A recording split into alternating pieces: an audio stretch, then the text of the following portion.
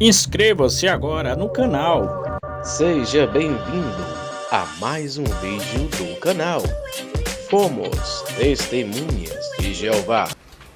Aș vrea să știu mai exact în ce perioadă o făcut parte efectiv din corpul de guvernare. He wants to know exactly the period when you were part of the governing body.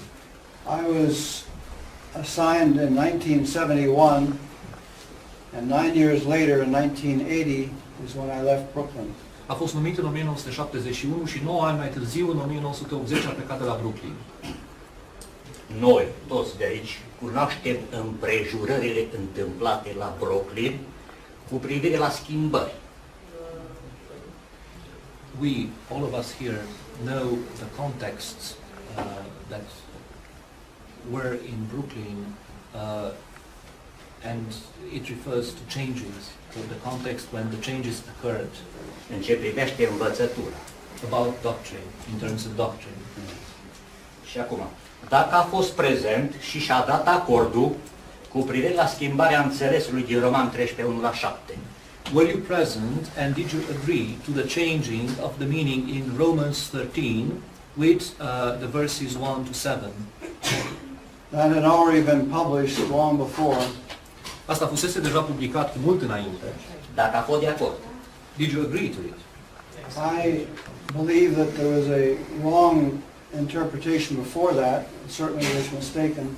Eu cred că a fost o interpretare greșită înainte de asta, deci cu siguranță a fost greșită.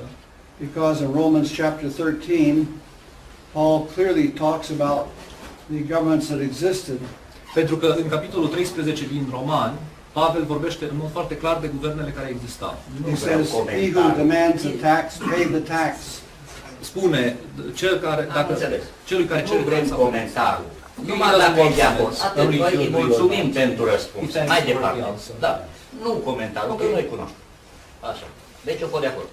Dacă a fost de acord cu introducerea termenului religie bună în vocabularul literaturii martorilor Jehova. Did you agree with the introduction of the term good religion in the vocabulary of the Jehovah's Witnesses?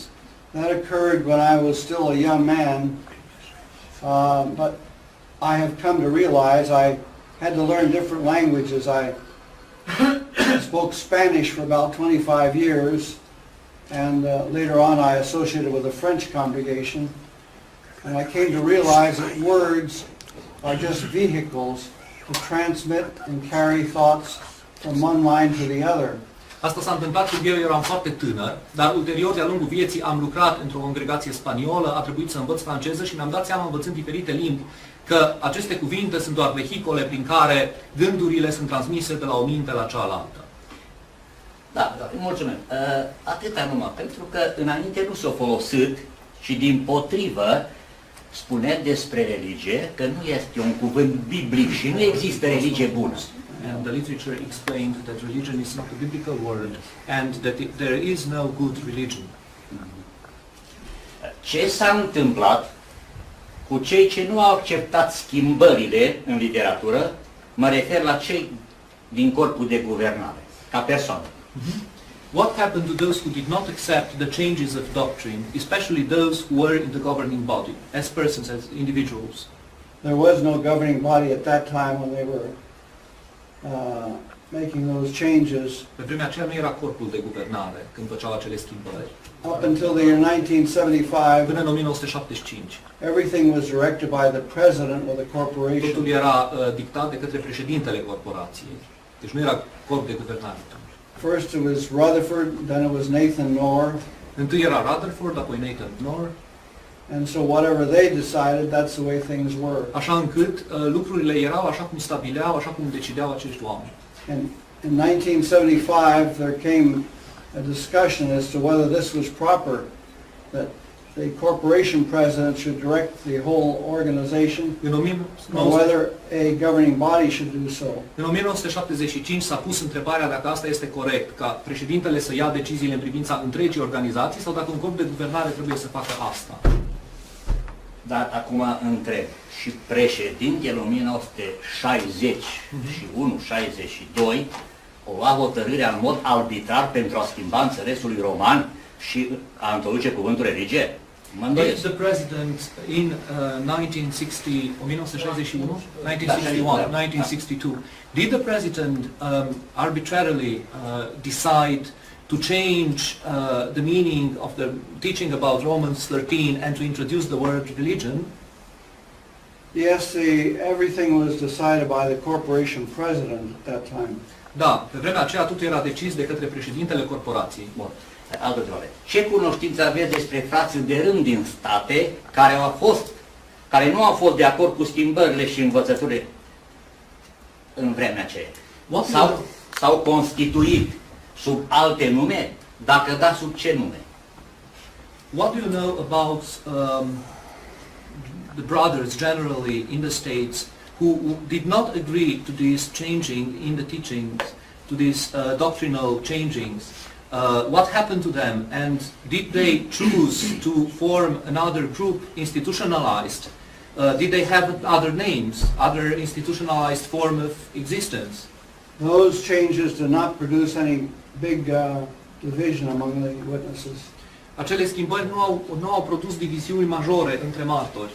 Au fost demonstrații cu pancarde, s-au dat foc la Kingdom Hall-ul. Au fost mari lucruri. Saying that there were some demonstrations with huge cards and some of the kingdom halls were burnt. No. Bun. Absolutely not. I say that's totally false. Spune absolut nu, spune că este total Cei ce fals. s-au retras și au contestat împotriva schimbărilor, dacă li s-au pus pierderi, li s-a constituit în asociații, în continuitatea învățăturii de până atunci. The ones who retired from the society, who did not take part anymore after the doctrinal change, were they stopped somehow to have their group institutionalized and have a different name, or were they somehow stopped, banned by the society? As I say, there was no division that resulted from those things. Eu spun că nu a fost o diviziune care să rezulte din aceste schimbări. Literatura spune că mii de frați de rând au protestat devenind apostați. Literatura timpului spune. Well, the literature of the time says that many of the brothers protested and they became apostates. I lived during those years. I don't know if you lived during those years or if you were a Jehovah's Witness during those years, but I was, and there was none of that. And if you can show me a magazine that says that, that will be the first time that I see it. Eu am trăit în acea perioadă, nu știu dacă dumneavoastră ați trăit în acea perioadă, dar și ați fost martor al lui Jehova, dar eu n-am întâlnit niciodată până acum acest fenomen. Dacă puteți să-mi arătați un turn de veghere în care se menționează chestiunea asta, este prima dată când o văd. Da. Acum, cum s-a procedat la schimbare? S-a impus schimbarea și învățătura. Dacă da, de cine? Am înțeles că de președinte, deci a fost o dictatură. S-a votat democratic sau ați întrebat pe Jehova prin Urim și Tumim? How did the doctrinal changes occur? Was it, as it was said before, imposed by the president? Was it a democratic vote? Did you ask Jehovah's through the stones, Urim and Tumim? I don't know how to translate that into English. Maybe somebody can help me. It's the same, Urim and... As I stated, the president of the society decided all those matters.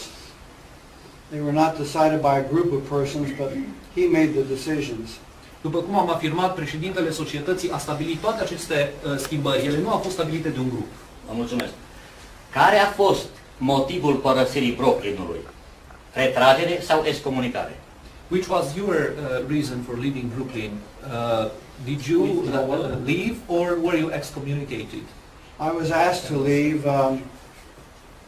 I had expressed myself very openly in the governing body discussions, and in the year previous, 1979, I was assigned to go to certain countries of Africa, and go ahead. Mi s-a cerut să plec pentru că m-am exprimat foarte liber în întrunirile corpului de guvernare și în anul dinainte, în 1979, mi s-a cerut să plec în anumite țări din Africa. And some of those countries, the government had banned the work of Jehovah's Witnesses. În unele din acele țări, guvernele interziseseră lucrarea martorilor lui Jehova. So I didn't know but what I might be arrested in one of those countries and put in prison.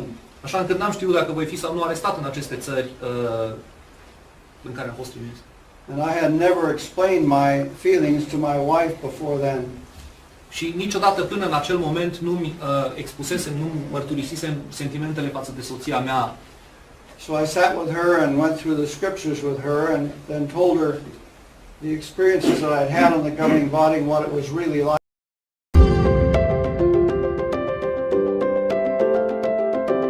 Inscreva-se no canal, deixe o seu like, compartilhe o vídeo, faça a sua parte para ajudar outros.